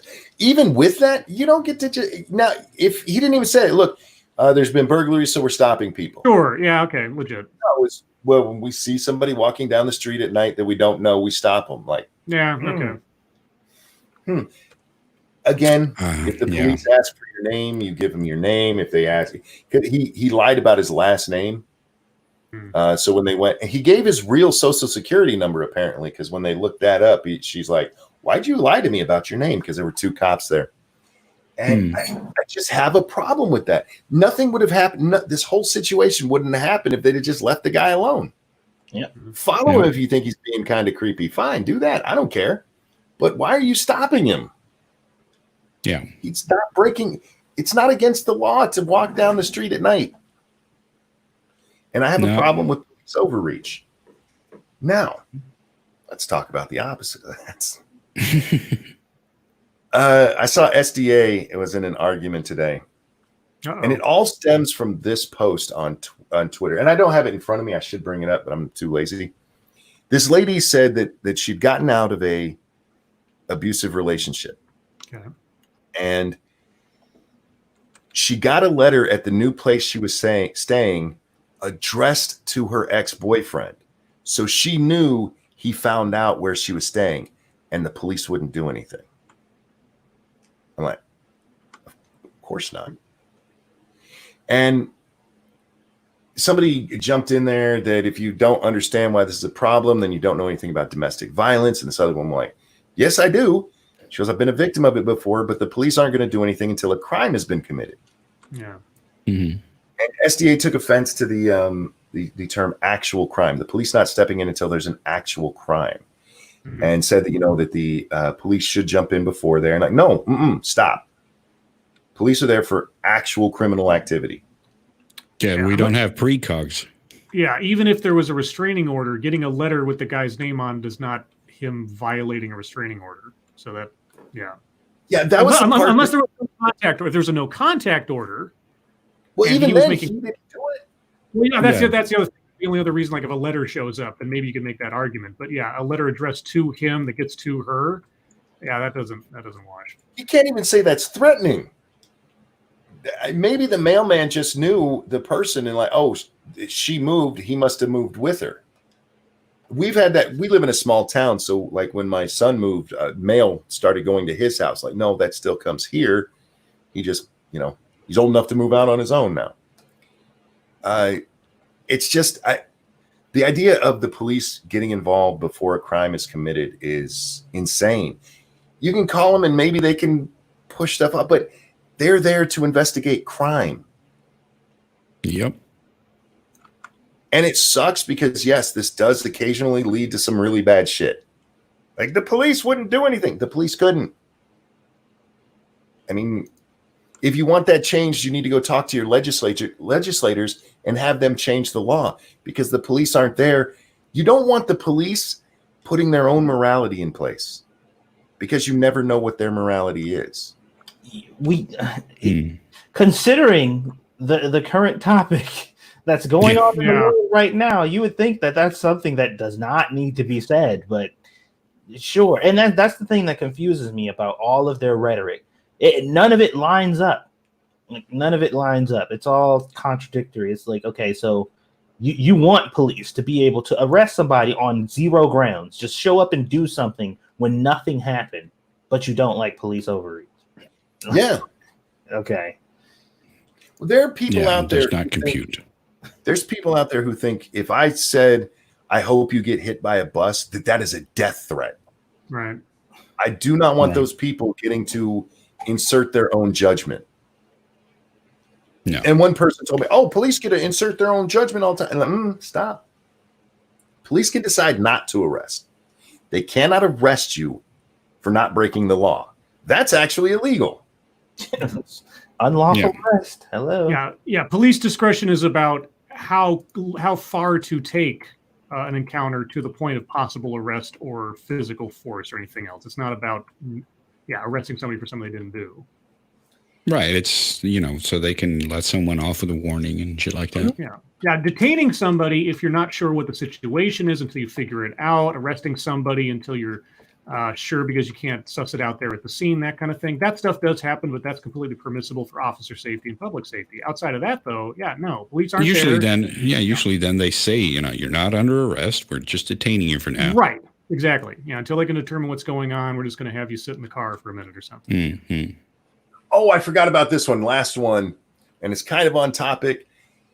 The folks who have gotten cops canceled and now, what was the other one? The police Live PD. They're now going after, and I am not making this up, the cartoon Paw Patrol. Oh, wow. Are you sure this wasn't like some elaborate 4chan joke or something? This is in the New York Times. Yeah, these people just never stop. Just because it's the New York Times does not necessarily convince me it isn't a 4chan joke.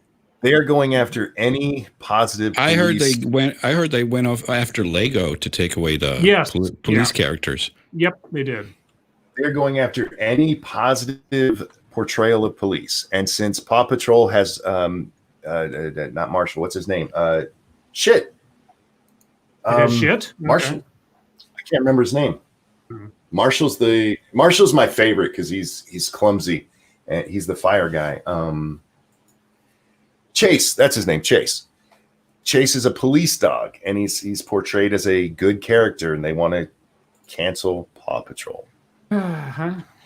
Wasn't there a group of people who were really good at like getting rid of things that represented things that they don't like? Yeah, stripping them from society in order to make sure the worldview matches what their ideals are. You know who's really good at it? Commies. Is that too? They will flat out erase you from pictures. Yeah. Alpha Omega, thank you so much. Been trying out the Ranting Monkey game during the stream. Not too bad, but I can see how it could be problematic during Monkey in the Morning.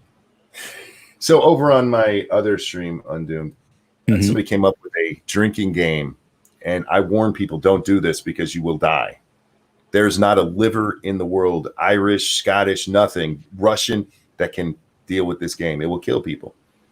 Okay. I wouldn't try it during this show either, guys. What's the game? Let me see if I can find it. We never did talk about it here. Take a shot every time you use the wrong word? No. Oh. That would only apply to you, English boy. Take a shot every time Scribe is passive aggressive and... Hey. You would just turn into alcohol. God, I'm trying to remember who it was that sent that. Doctor's like, so funny story. You know what used to be your blood? Right. It's now vodka. So You died of vocabulary correction. Oh no! Oh man. I'm trying to find it. I get too many people tweeting at me. Oh, poor baby. No, stop it. I'm too popular. Shut up, English boy. Oh. It really is my only claim to fame. So. It is. Why are you calling him English boy? Because he keeps correcting my speech. Well, because I have an English degree, and that's my only claim to fame. Like, and he does have an English degree. I thought you were talking about the country. Oh, no. I'm not nearly that cool. He's not pious as well. damn. And as far as I know, his teeth are straight. Yeah, mostly. And they're not. They don't look like candy corn. With that, guys, we're going to move on to your time. Questions, comments, concerns. Throw them in the chat now. We'll do our very best to get to them. Remember, we have a guest here. You can ask him questions. I'm not going to promise he's going to answer them. So do your thing. Grammar Nazi to death. Thank you, Officer Buck. No, I'm not. He only grammar Nazis me on Twitter. It's here he corrects my actual speech.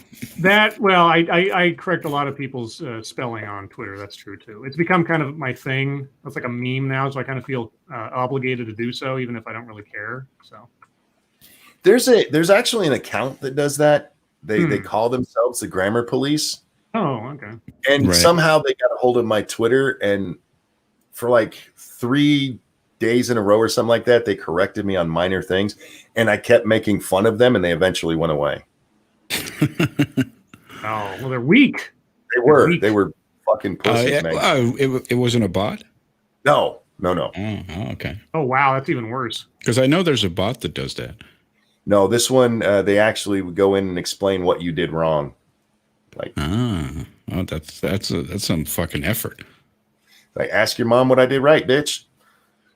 Oh, lords, would y'all try? Oh, God, here we go with our weird food of the day.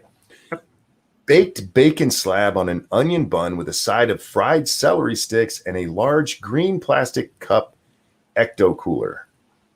Ecto cooler? Can you even get that anymore? Who fries celery? You don't want to know.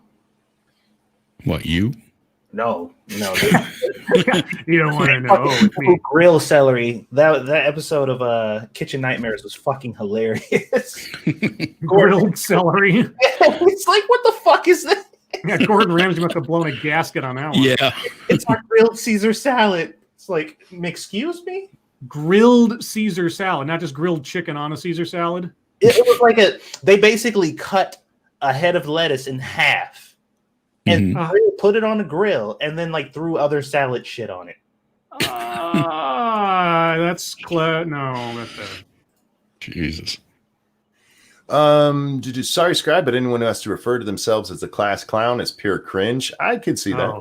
Yeah, that guy was leaning back on the whole class clown self-identification the whole time, as though that was supposed to indemnify him from the stupidity he was saying. It was just crazy. I'm sure I'm going to say this wrong. Thank you, Gamer Eveline, who says Meyer Poix. Don't know what that means, but thank you. And Alpha Omega says, I was the one who sent the drinking game. I will check it out in just a second. The redhead who used to be at the beginning of Undoomed's videos holding the mirror on fire, was that Mrs. Undoomed? Oh. Well, that's for me to know and you to not know. There you go. So you're saying there's a chance.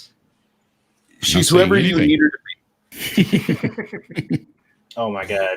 This comment says, what if the president is right and Antifa is breeding 75-year-old super soldiers who follow them? Yeah, Steve Rogers in reverse. Okay. All over on command. That is hilarious. Like fainting goats or something. Holy shit. Okay, sometimes they can meme. Here's the drinking game.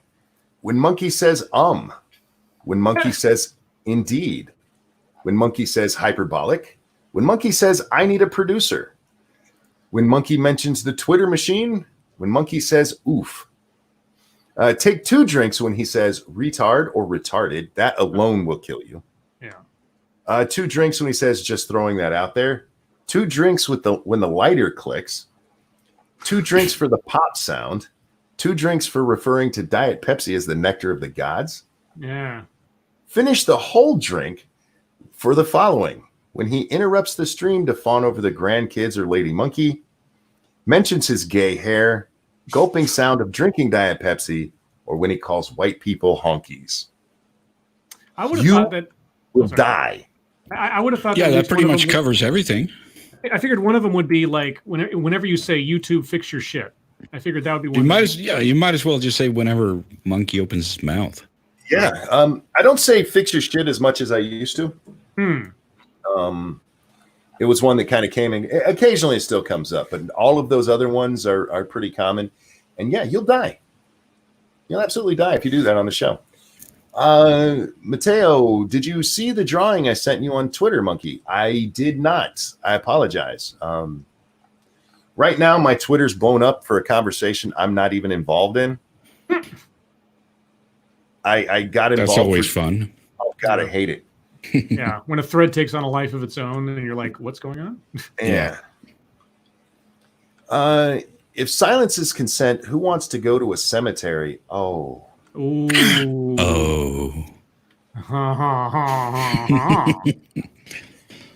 Keeverdam says, so you go.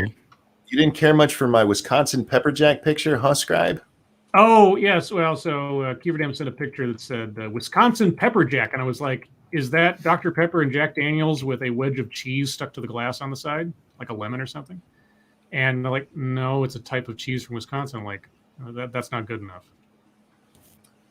So now I really need to make like a pepper jack that's a Wisconsin pepper jack by having a little slice of cheese on it. Take a picture.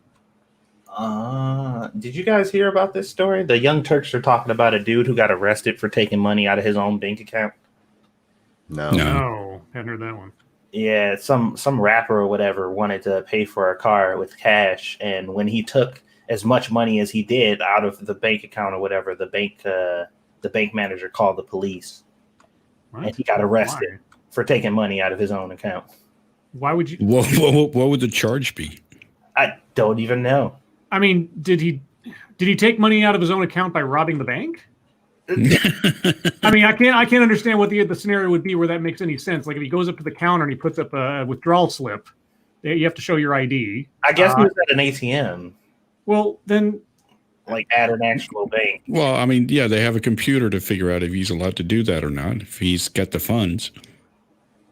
Yeah, I mean, yeah, some ATMs have a limit of how much cash you can take out at once on them without actually going in the bank. Sure, but that's bizarre. Yeah, it makes no sense. There's no charge there. I mean, criminal charge. Right.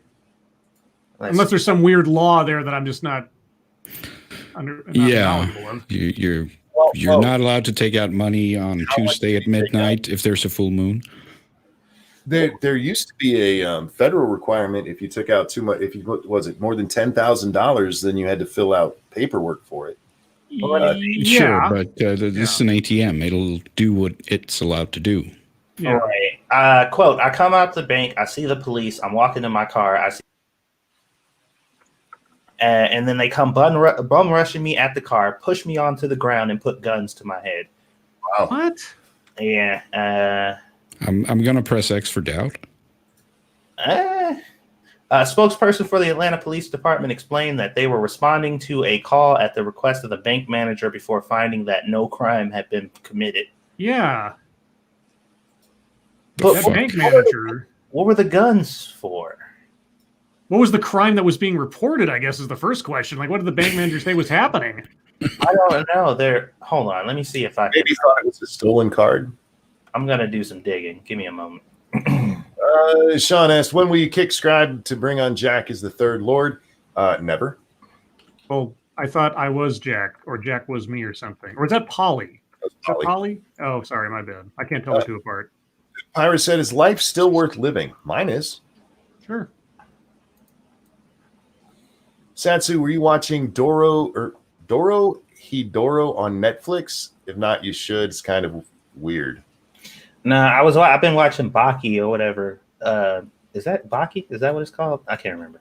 How the fuck would I know you beep shit? I wasn't asking yo monkey ass. Out loud. But that's something I can never say to him. I know, right? But I was being literal. No.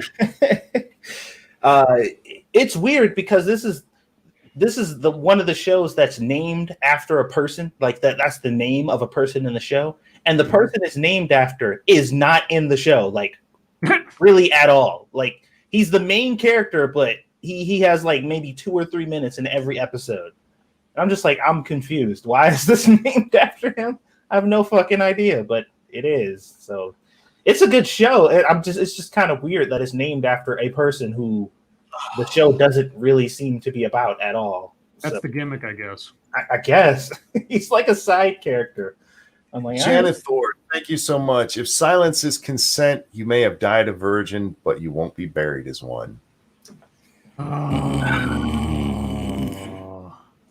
Red Dirt Runner says, how would y'all handle the non-America zone in Seattle? I'm not kidding. I would send in the army. Oh, yeah. This isn't like putting down the protest. They are actively, this is an active insurrection. This is, we're taking your land. That belongs to us. You can't do that unless you want to go to war over it. Let's do it. Let's see. Is there any residential areas within the zone? It's in a residential, isn't it? I thought it was a relatively commercial. I mean, I guess there may be apartments there too, but I saw a lot of storefronts. It's near a police precinct. I mean, it would suck to fucking live there. So obviously, send in National Guard. Yeah, send in the Marines. Fuck it. Let's play. You guys think you're badass at special ops? Let's send in our special ops and see what happens. Yep. They are saying in the chat that it is possible that I might be watching season 2 of this show and not realizing it.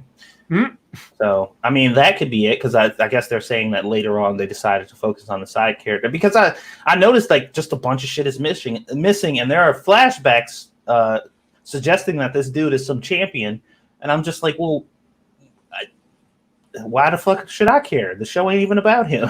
Isn't that the pitfall of anime, though, is that the storytelling is so disjointed you can never tell, like, am I in the middle or at the end of this series? It depends on what you're watching. Some shows are like Evangelion. Oh, Neon Genesis, yeah.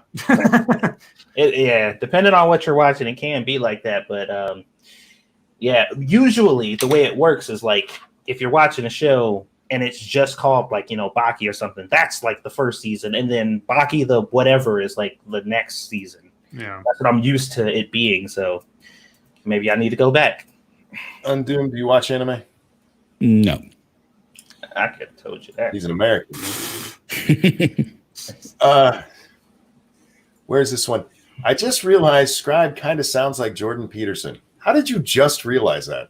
Jordan Peterson, Kermit the Frog's older brother. Yeah. It's not easy being green. I've been doing that for the entirety of the show almost. So sure. Well, welcome to the club. Yay. Scribe, shouldn't bad white person have counted as coining a new buzzword? Ooh.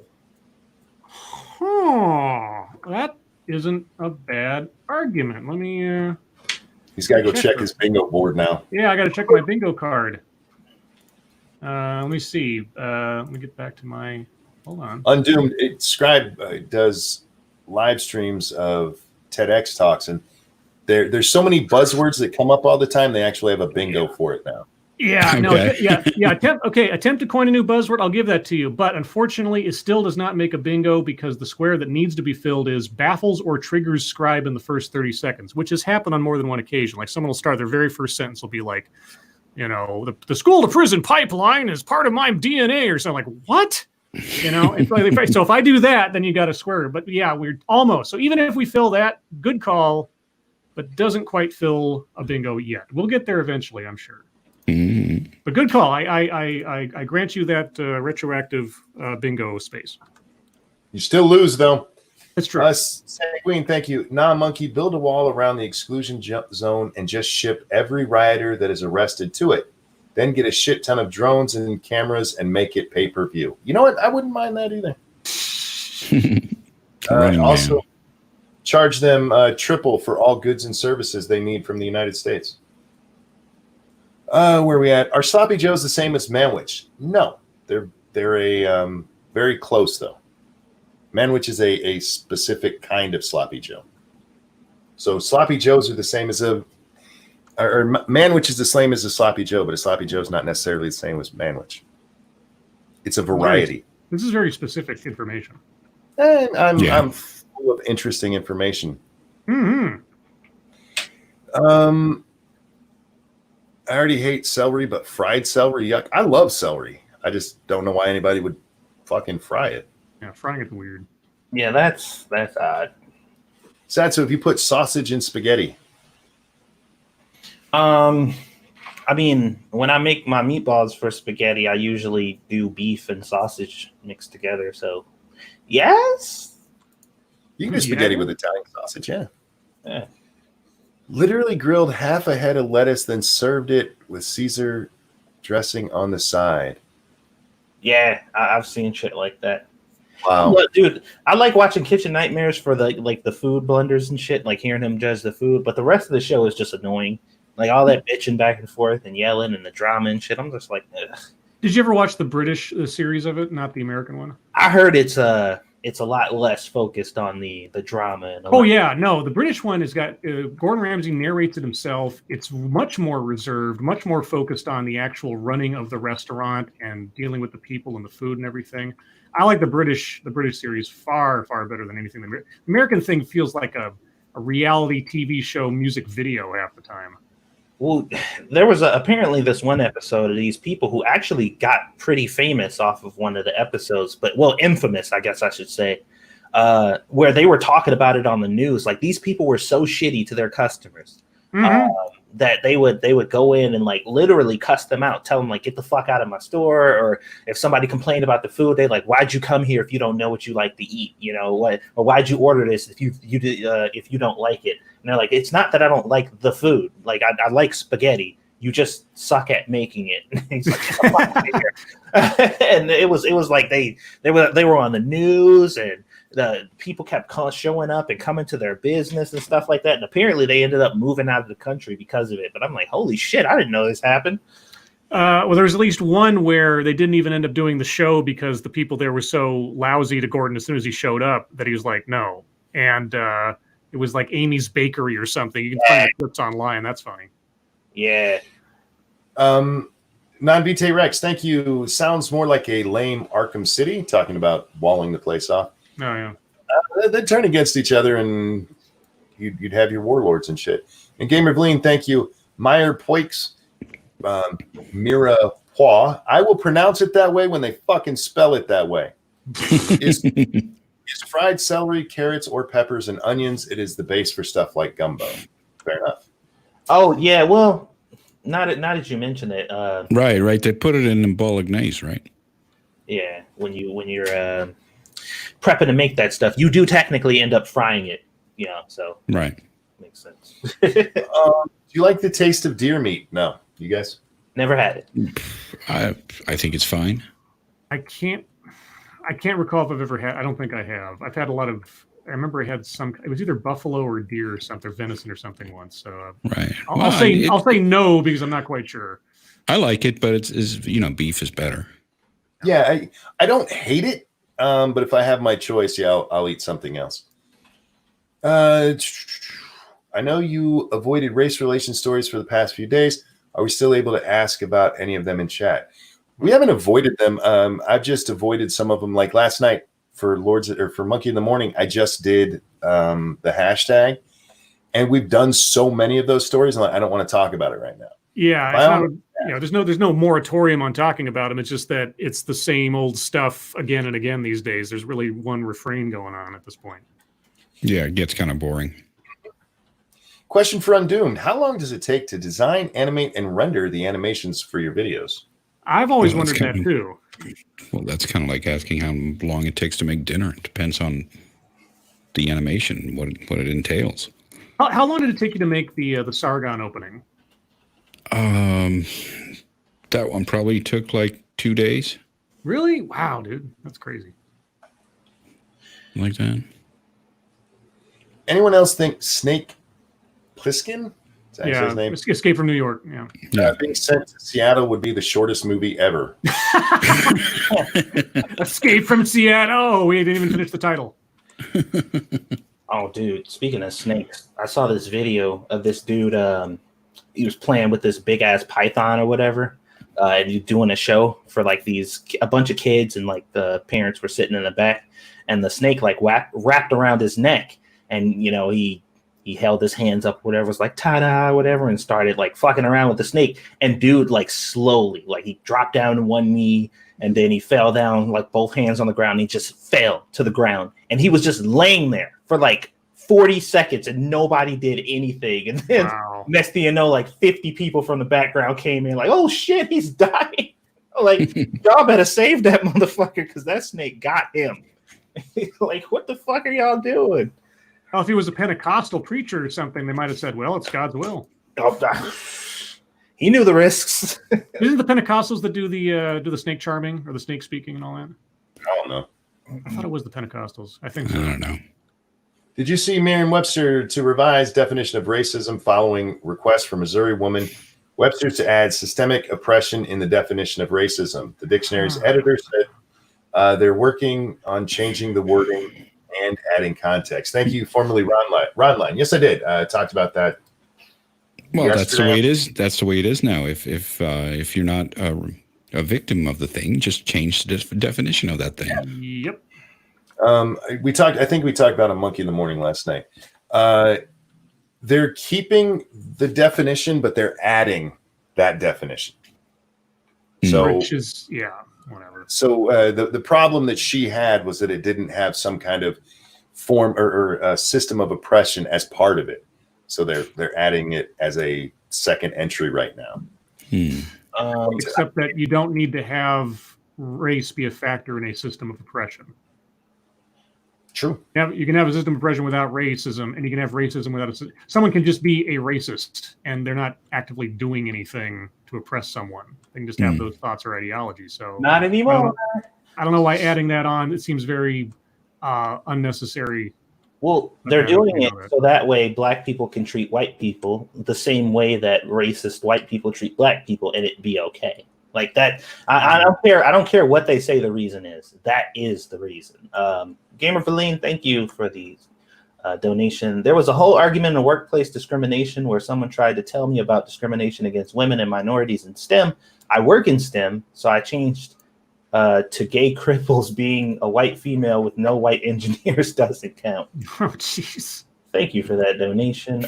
Sorry it took me so long to read that, but I just checked my phone and saw that I got a donation, so I checked it for you. Yeah, I don't know about Satsu, but I do need to remind you guys, if you donate when it's not my night for Lords of the Night, I don't know you did it because I have my Streamlabs closed. You have to tell me in chat that it's happening because I will miss it otherwise. Yeah.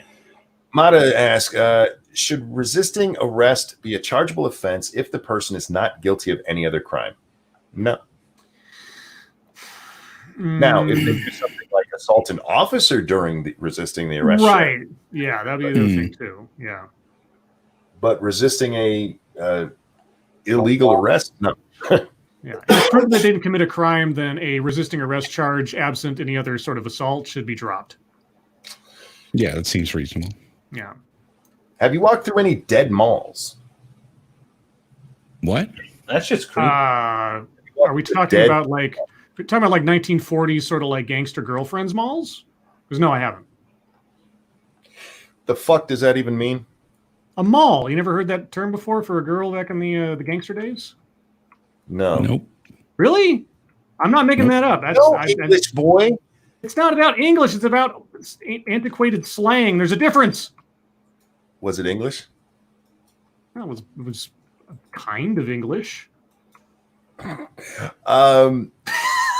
The closest I've come to, it's not an actual dead mall, but it might as well have been. It had like 3 stores open. It was one down in Grand Rapids that was dying probably 10 years ago. It was creepy. I've seen a lot of videos. Oh, sorry. Stats, you've been through one that's actually like no stores? Oh, yeah. Once or twice. Or actually, if you live in Ohio or in the Cleveland area, you'll get this. Just go to Tower City. You want to go to a dead mall.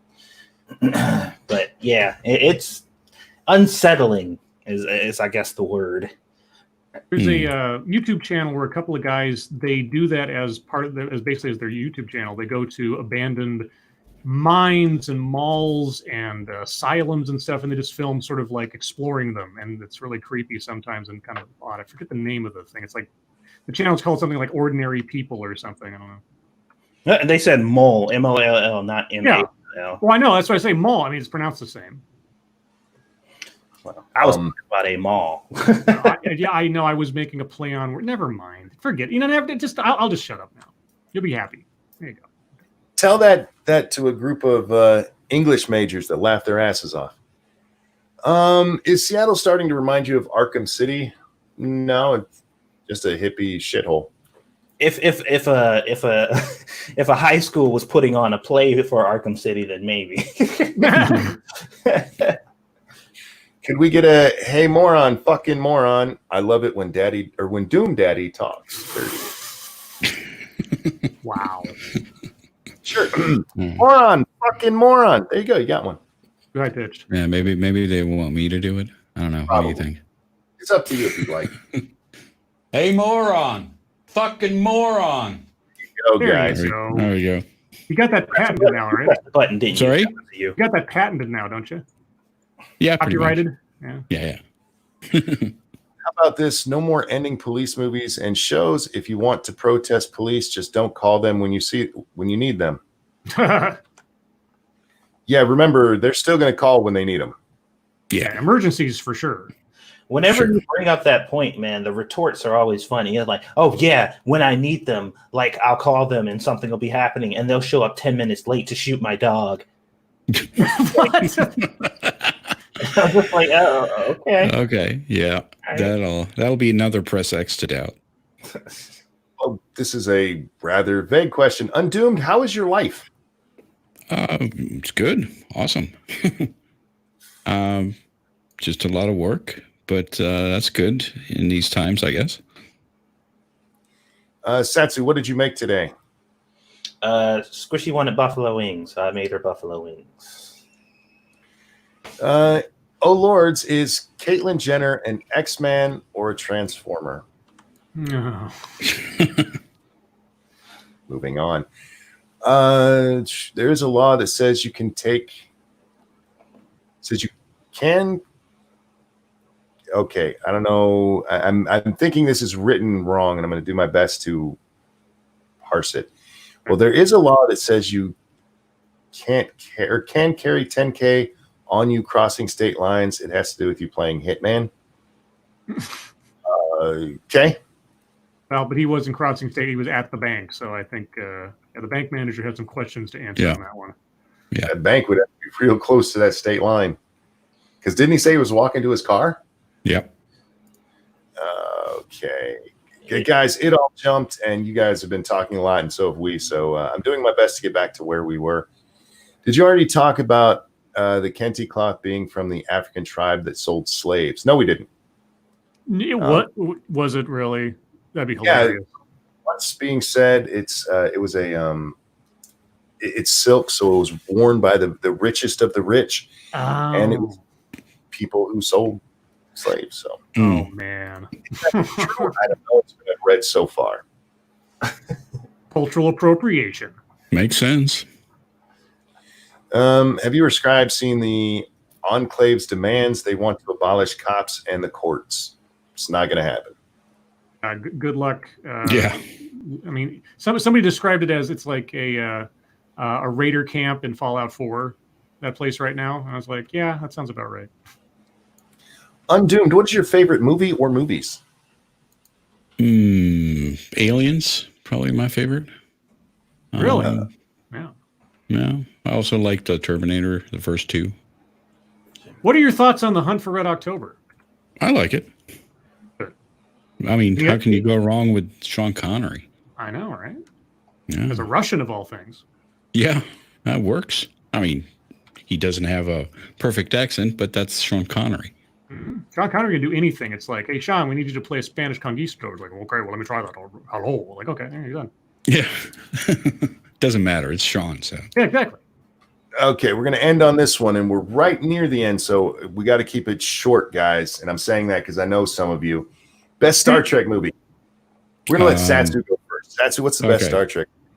That one with the people in it. That's what I thought. Okay, now everybody else can answer. What were you saying, Undoomed? Star Trek 6. Yeah, Undiscovered Country. I was about to say, yeah. Yep. I love 6, but 4 has a special place in my heart, so I always. That's good too. If you're going to watch Star Trek movies, those are the 2 to watch. Indeed. There's a couple others that are doable, and then there's the motion picture, which should be burned. But with that, ladies and gentlemen, thank you so much for coming and hanging out with us tonight. It's the end of the show, but don't despair. Tomorrow we will be back. Satsu 2 Senses channel, 9 p.m. Eastern time for more Lords of the Night goodness. Make sure you join us. Thank you so very much for the donations. You guys are awesome, and I love you for it. Gentlemen, anything to plug before we move on? Possibly another TED Excellence tomorrow. All depends on my work schedule. I will let you guys know on the Twitter machine. Follow on Twitter, guys. Satsu, anything you got going on? Not a motherfucking thing. Undoomed? No, just follow, subscribe, and all that good stuff. They probably already are. Yeah, hope so. Yeah. If you're not, you guys are doing it wrong. I will be over on my game channel, Ranting Monkey Games, here in a little bit. I can't give you an exact time, guys, whenever I get my fat ass in gear. So thank you guys for watching Undoomed, my friend. It's always a pleasure to speak with you. Thanks for having me. Scribe, Satsu, a pleasure as always, gentlemen. Yeah, whatever. Everybody, enjoy your night. We'll see you next time. Bye, guys. Fuck off. Your lives may